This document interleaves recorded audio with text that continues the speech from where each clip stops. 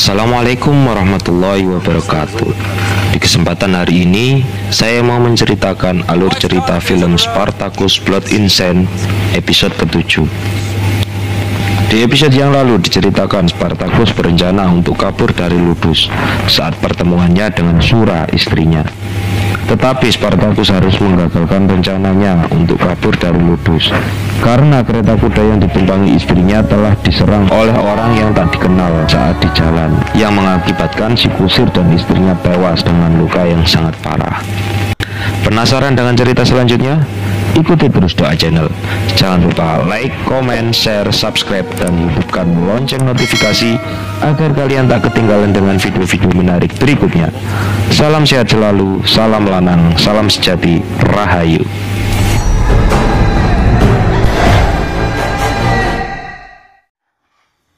By my name. Di episode ini diperlihatkan bayangan Spartacus saat pertama kali berjumpa dengan istrinya. Every woman knows who you are. And set upon the right path. Well.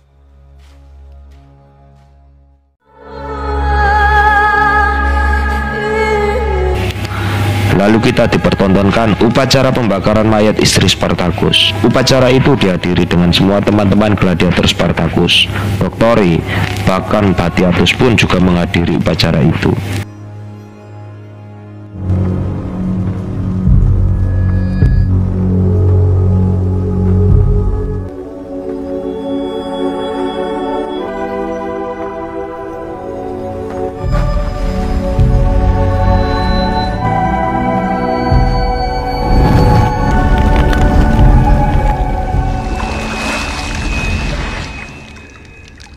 Setelah upacara itu selesai, terlihat Spartacus sangat bersedih waktu itu, dan Batiatus meminta maaf kepada Spartacus. Seharusnya waktu itu Batiatus melipat gandakan penjagaannya dan menunda kebebasan Barca untuk ikut dalam pengawalan istri Spartacus, karena jalan dari Neapolis terkenal sangat berbahaya, ucap Batiatus. Tetapi menurut Spartacus, Batiatus tidak bersalah karena Batiatus sudah menepati janjinya. Kesalahan ada pada si pembunuhnya dan Claudius Glaber yang telah menjadikan Sura budak, ucap Spartacus. Dan Batiatus pun memberikan semangat untuk Spartacus supaya menatap masa depan, karena Spartacus saat ini adalah sang pembawa hujan, pembunuh bayangan kematian. Kita akan menggores nama Spartacus di tiang sejarah, ucap Batiatus. Dan Spartacus terlihat tidak suka dipanggil dengan nama Spartacus, tetapi Batiatus telah menetapkan nama itu untuknya. It is now. Nearly a year you have me searching for that. Di sisi lain terlihat si kusir yang mengawal istri Spartacus terlihat masih hidup dan baik-baik saja. Ternyata dalang dari kematian istri Spartacus adalah Batiatus sendiri. Terlihat di dalam percakapan si kusir yang menanyakan kenapa memerintahkan aku untuk membunuh wanita itu begitu cepat. Setelah hampir 1 tahun aku diperintahkan untuk mencarinya, ucap si kusir. Dan Batiatus menjawab karena kebutuhan mendesak. Lalu Batiatus memberikan beberapa koin untuk membayar si kusir itu. Lalu si kusir mengambil koinnya dan mengatakan apabila ada tugas lagi panggil aku, ucap si kusir. Lalu dia pergi. So great an expense to have her delivered all but dead. Setelah itu terlihat Lucretia mengatakan, mahal sekali biaya untuk membunuh wanita itu. Mengapa tak kau katakan saja kalau istrinya hilang di luar sana? Lalu Batiatus menjawab, orang seperti Spartacus tak akan percaya begitu saja kalau dia belum melihat dengan mata kepalanya sendiri. Batiatus juga mengatakan ia menyingkirkan istrinya supaya Spartacus lebih fokus pada kemenangan sebagai gladiator yang tak pernah dilihat oleh dunia. Dengan begitu aku akan menjadi lanista atau manajer gladiator terhebat di Republik, dan derajatku akan meningkat melebihi Capua, bahkan lebih dekat dengan kursi senat, ucap Batiatus. A title we will climb beyond us to the very steps of the Senate itself. Di sisi lain terlihat Doktori sedang menanyakan keadaan Grixus kepada sang tabib dan menyuruh si tabib untuk mengabari Doktori apabila ada perkembangan. Lalu terlihat Petrus yang sedang bersedih dan menanyakan kepada Doktori tentang apa yang harus ia lakukan dengan burung-burung Barca, sebab Barca ingin melepaskan burung-burung itu saat ia mendapat kebebasan. Dan Doktore balik bertanya, kenapa Barca tidak mengajakmu? Lalu Petrus menjawab, Ashur bilang harga untuk kami berdua sangat mahal, karena Ashur yang membantu menegosiasikan harga kepada Batiatus. Lalu Petrus meminta izin kepada Doktore untuk menyimpan burung-burung itu saja, dan Doktore pun mengizinkannya. Thank you.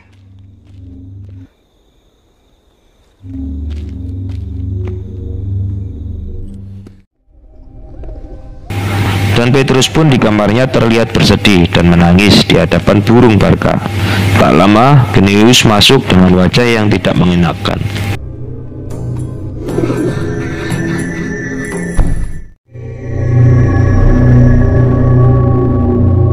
Di sisi lain terlihat Spartacus sedang melamun dengan membawa pisau milik Numerius. Dan tak lama Vero datang dan Spartacus bergumam kepada Vero kalau Spartacus sangat menyesal karena sudah meninggalkan istrinya untuk berperang. Waktu itu padahal istrinya sudah melarangnya. Lalu Vero berkata, langkahmu sudah benar karena kau sudah melakukan apa yang kau yakini untuk melindunginya, ucap Vero. Lalu Vero menyuruh Spartacus untuk membuang pisau itu di tebing saja, karena sangat berbahaya kalau sampai ketahuan penjaga, ucap Vero.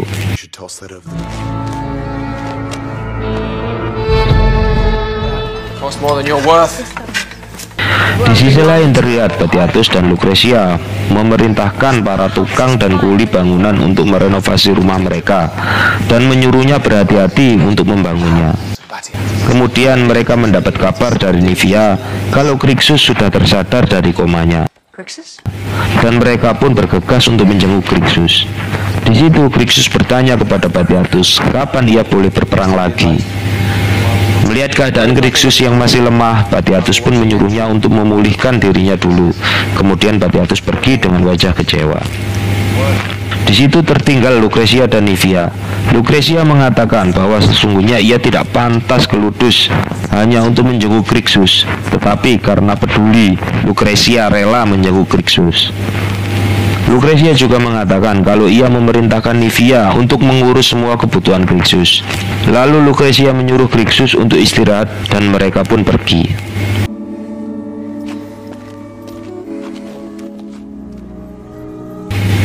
Di sisi lain terlihat Spartacus sedang merenung menghadap tebing. Lalu Petrus datang, memberikan 2 pedang kayu sang juaranya untuk berlatih. Lalu Spartacus mengambil pedang itu dan melihat Petrus ada luka memar di matanya. Tak lama Doktore datang dan menyuruh Spartacus untuk berlatih melawan dirinya. Dan mereka pun bertarung. Di dalam pertarungan itu terlihat Doktore mengungkapkan kemarahannya karena percobaan Spartacus untuk kabur kemarin. Secangkir anggur tak cukup untuk mengganggu kesadaranku, ucap Doktore.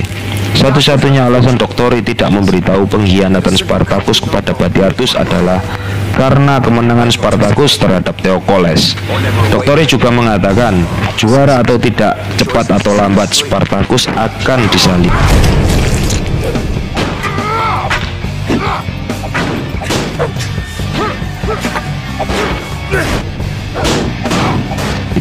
Lain kali kalau mencoba untuk kabur, kalahkan aku dulu, ucap Doktore. Karena Spartacus juga sedang emosi, Doktore pun disuruh untuk melakukan apa yang ia mau, lalu membuang pedangnya dan menghentikan latihannya. Next time you seek escape.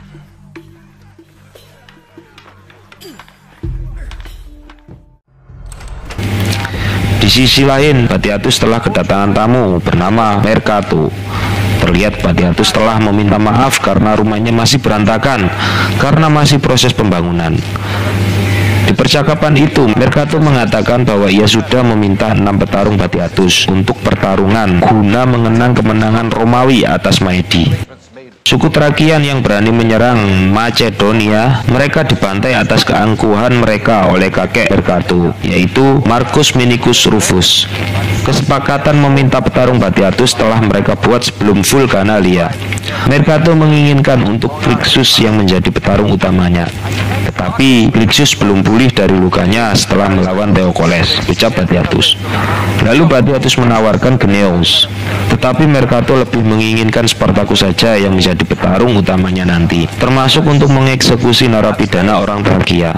Karena Spartacus sekarang adalah sang juara, Batiatus pun membandrol harga tinggi untuk biaya sewa Spartacus. Dan akhirnya Mercato menyetujui dengan harga itu dan bersepakat untuk menyewa Spartacus. The mantle of my grandfather, Spartacus, slayer of Theophilus. Great day. Prisoners to play the Thracians include? Kembali ke Ludus. Saat jam makan para gladiator, Spartacus dan Vero melihat Petrus telah dianiaya dan dibuat menangis oleh Gneus. Menurut mereka, semua ini adalah kesalahan Barca yang telah tega meninggalkan Petrus sendirian, karena Spartacus dan Vero tidak tahu bahwa sesungguhnya Barca telah mati dibunuh oleh Batiatus. Untuk menghentikan itu, Spartacus pun menyuruh Petrus untuk mengambilkan air. Petros, bring more water. Now. Tak lama Asur datang dan melaporkan bahwa suratnya sudah terkirim untuk istri Vero. Mendengar itu, Vero menanyakan surat balasan dari istrinya. Tetapi istrinya tidak membalas surat dari Vero, melainkan ia datang sendiri untuk menemui Vero di Ludus. Melihat itu, tentu saja Vero sangat bahagia dan menyambut mesra kedatangan istri dan anaknya. Vero berucap, kurang 1 tahun lagi kita bisa melunasi utang-utang kita, ucap Vero kepada istrinya. Di tengah kebahagiaan itu, lalu istri Vero mengatakan kalau dirinya telah hamil dan akan mempunyai anak. Mendengar itu, Vero pun kaget. Siapa yang melakukannya? Ternyata selama Vero tidak ada, uang kiriman Vero seringkali tidak cukup untuk makan dan tempat tinggal. Di tengah kekurangan itu, ada orang bernama Titus yang menawarkan bantuan. Karena sudah dianggap kenal, istri Vero pun mau menerima bantuan itu. Tetapi tak disangka-sangka, setelah memberikan bantuannya, Titus meminta paksa untuk tidur bersama istri Vero sebagai imbalannya. Dan terpaksa istri Vero melayaninya. Mendengar itu, karena Vero merasa dihianati, Vero pun meninggalkan anak dan istrinya dengan rasa kecewa dan menyuruhnya pulang. As you should have been. Di sisi lain, Spartacus mendapat panggilan dari Batiatus. Batiatus menyampaikan bahwa Mercato menginginkan Spartacus sebagai petarung utama di pertandingannya. Spartacus disuruh memerankan sebagai kakeknya Mercato yang legendaris, yaitu Marcus Minicus Rufus, dan mengenakan baju zirahnya. Spartacus juga diperintahkan untuk mengeksekusi 6 narapidana dari bangsa Trakia. Karena disuruh menjadi orang Romawi dan disuruh membantai bangsanya sendiri, Spartacus pun menolak. Mendengar penolakan itu, Batiatus pun mengatakan bahwa Spartacus sudah ditakdirkan oleh para dewa untuk menjadi bangsa Romawi, bukan bangsa Trakia lagi. Batiatus juga menyuruh Spartacus untuk membersihkan pikirannya karena sudah dipenuhi dengan kedukaan.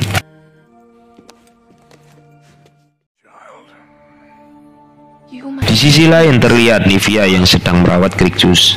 Nivea mengatakan bahwa ia akan selalu ada di sampingnya untuk merawat Crixus atas perintah Domina. Tak lama Doktori datang dan menanyakan keadaan Crixus. Crixus juga mengatakan tak ada satupun teman gladiatornya yang menjenguk, termasuk Barca. Lalu Doktori mengatakan bahwa Barca telah bebas tetapi meninggalkan Petrus kekasihnya. Mendengar itu, Nivea menjelaskan bahwa Barca melakukan itu dengan terpaksa. Terlihat dari sorot matanya karena pada saat itu Nivea mengantar Barca keluar dari gerbang, ucap Nivea. Lalu Doktori menyuruh Crixus untuk memulihkan kesehatannya dulu supaya cepat bergabung lagi di gelanggang, dan Doktori pun pergi.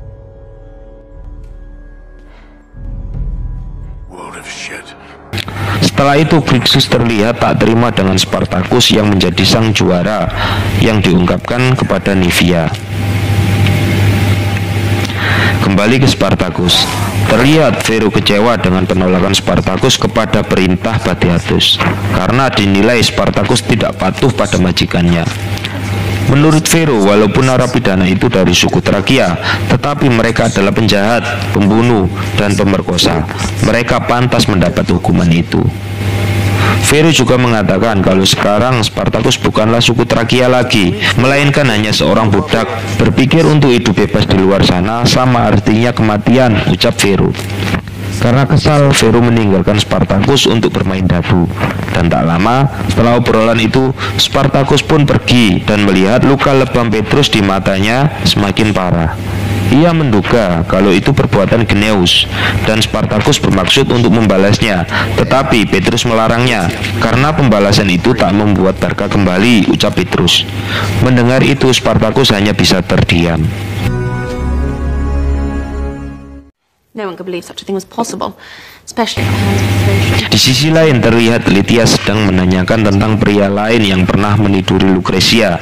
Tetapi Lucretia berusaha mengganti topik pembicaraannya. Lalu Lydia mengganti topik pembicaraannya dengan menanyakan keadaan Crixus. Dan Lucretia menjawab kalau keadaannya sudah mulai membaik. Lydia juga menyayangkan kalau Crixus tidak bisa mengikuti pertandingan Mercato. Padahal Lydia ingin sekali menyaksikan sabetan pedang dari Crixus, ucap Lydia. Pity he will not take thrust home. Di Ludus saat jam makan para gladiator, terlihat Spartacus dan Vero sedang mengobrol. Dan tak lama mereka melihat burung-burung Petrus banyak yang lepas. Melihat itu, mereka merasakan hal yang aneh dan bergegas untuk mengecek di kamar Petrus. Ternyata di situ ditemukan Petrus tewas gantung diri. Dengan marah, Spartacus lalu menghajar Gneus yang sedang latihan.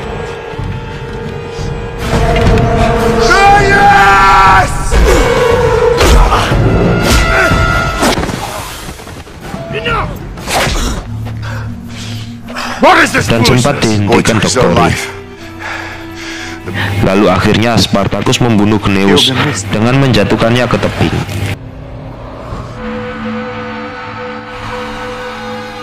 Tak lama kemudian Spartacus dihadapkan dengan Batiatus. Terlihat Batiatus sangat marah besar karena menurut Batiatus nyawa Gneus lebih berharga daripada nyawa Petrus. Karena menurut Batiatus, Gneus adalah salah satu gladiator hebat di Capua. Tetapi lain menurut Spartacus, Gneus adalah orang jahat dan layak menerima balasannya. Mendengar itu, lalu Batiatus memukul Spartacus dan menyuruh mengganti rugi kematian Gneus dengan mengurangi hadiah kemenangan Spartacus sampai lunas.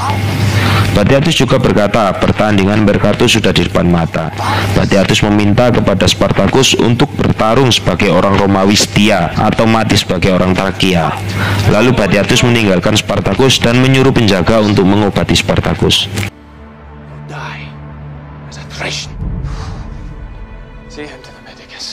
Di sisi lain terlihat Livia telah menangisi jasad Petrus di hadapan Crixus. Tak lama Spartacus datang untuk diobati lukanya. Lalu Crixus bertanya kepada Spartacus, "Apakah kau mempunyai musuh baru?" tanya Crixus. Dan Spartacus pun menjawab, ia telah membunuh Gneus dengan alasan kematian Petrus. Mendengar itu, Crixus pun mengatakan kalau Spartacus telah mengkhianati sumpahnya karena dianggap Spartacus membunuh saudara sesama gladiator yang berhak mati dengan terhormat di gelanggang.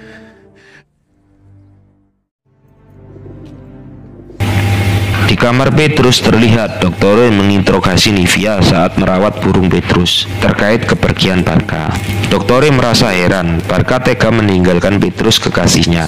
Doktore juga bertanya, apakah ada Ashur waktu itu? Tanya Doktore.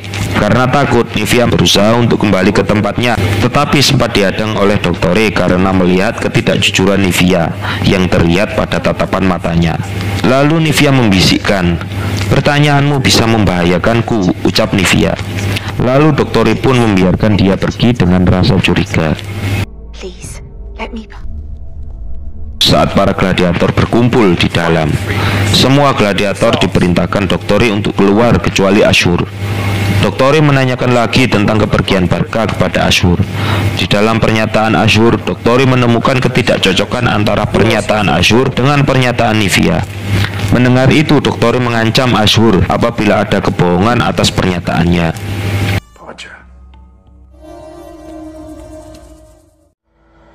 Di Di sisi lain, Spartacus telah menangis karena teringat istrinya. Dan Spartacus juga mendapati bayangan istrinya saat mengungsi ketika desanya diserang oleh suku barbar. Di dalam bayangan itu, Spartacus disuruh oleh istrinya untuk tidak putus asa dalam hidupnya, karena para dewa pasti akan membimbingnya ke jalan yang tepat. Dan istrinya juga menyuruh untuk memejamkan mata dan berserah diri kepada Sang Pencipta. Always a reason to live. Just close your eyes.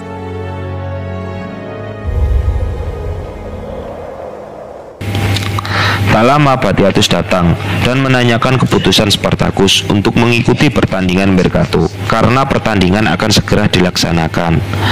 Spartacus pun menerima tawaran itu karena ia meyakini takdirnya merupakan tuntunan para dewa sesuai yang disampaikan istrinya. Tetapi dengan satu syarat, yaitu Spartacus akan bertarung di gelanggang menghadapi 6 suku Trakia sendirian. Awalnya Batiatus meragukan itu karena takut kehilangan sang juara Capua. Tetapi setelah mendengar pernyataan Spartacus, Batiatus pun mengizinkan dan memberikan syarat juga kepada Spartacus untuk membuang naluri Trakianya saat membunuh orang terakhir di gelanggang menjadi naluri seorang Spartacus, sang juara Capua. If this, they will not see me fall. Champion of Capua. Keesokannya pertandingan akan segera dimulai. Terlihat Batiatus telah berpidato. Ia memaparkan hari ini adalah untuk menghormati kemuliaan Marcus Minicus Rufus, komandan konsulat Romawi yang kegemilangannya tak tertandingi. Untuk menghormatinya, Mercato memutuskan untuk mengenang kembali kakeknya yang paling termasyhur melawan suku barbar Trakia.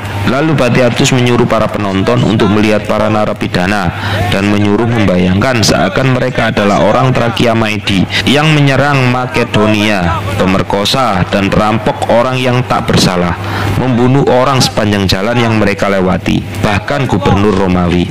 Kemudian Batiatus memanggil Marcus Minicus Rufus yang diperankan oleh Spartacus, sang pembawa hujan, pembantai Theokoles, dan sang juara Capua. Dengan gagahnya Spartacus masuk dari gerbang gelanggang dengan memakai baju zirah orang Romawi dan membawa 2 pedang di tangannya. Sorakan penonton atas nama Spartacus seakan menggelegar di arena gelanggang. Karena sorakan penonton tertuju pada Spartacus, Lydia pun mengungkapkan kekecewaannya kepada Mercato. Kenapa tidak memanggil nama kakeknya, ucap Lydia. Mendengar itu, Batiatus pun berusaha meredam kekecewaan itu kepada Mercato, dan akhirnya Mercato berpidato dan memulai pertarungannya untuk mengenang atas nama kakeknya.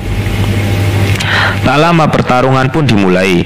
Terlihat Spartacus diam tak bergerak dengan memejamkan mata untuk berserah diri kepada Sang Pencipta atas bisikan istrinya. Lalu salah satu narapidana itu melemparkan tombak ke arah Spartacus.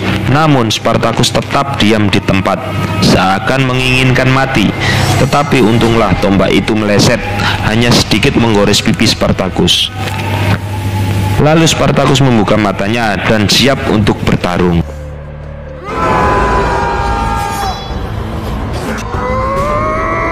Karena dikeroyok, awalnya Spartacus kewalahan dengan 6 orang nabi itu.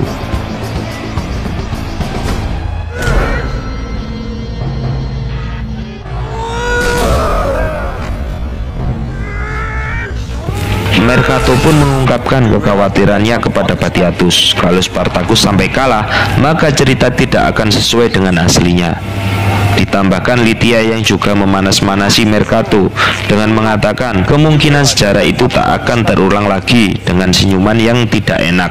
Tetapi Batiatus berusaha untuk menenangkan Mercato.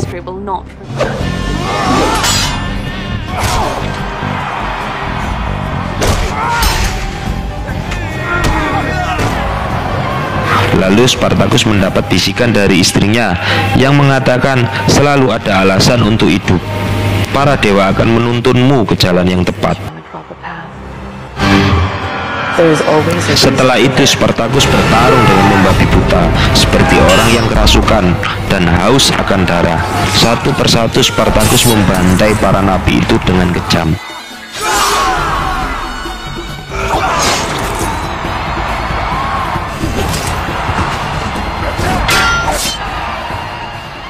He fights like a man.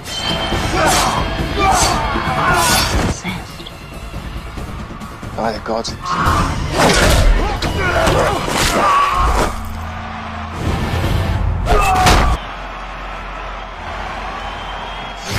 Hingga akhirnya tinggal satu nabi yang masih hidup. Ketika Spartacus mau membunuh nabi itu, tiba-tiba terlihat wajah satu nabi itu berubah menjadi wajah Spartacus yang masih gondrong dulu, dan mengatakan, "Jangan lakukan."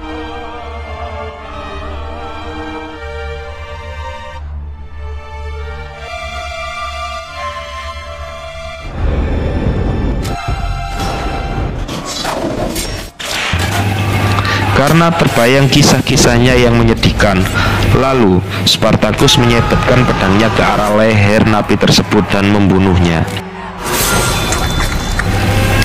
Melihat kemenangan Spartacus, para penonton pun menyorakkan nama Spartacus di gelanggang. Batiatus dan lainnya pun terlihat senang, kecuali Lydia.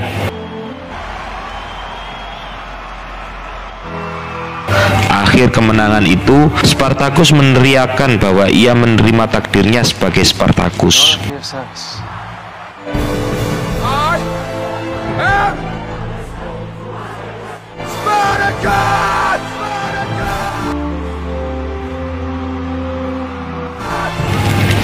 Seperti apakah kelanjutan ceritanya?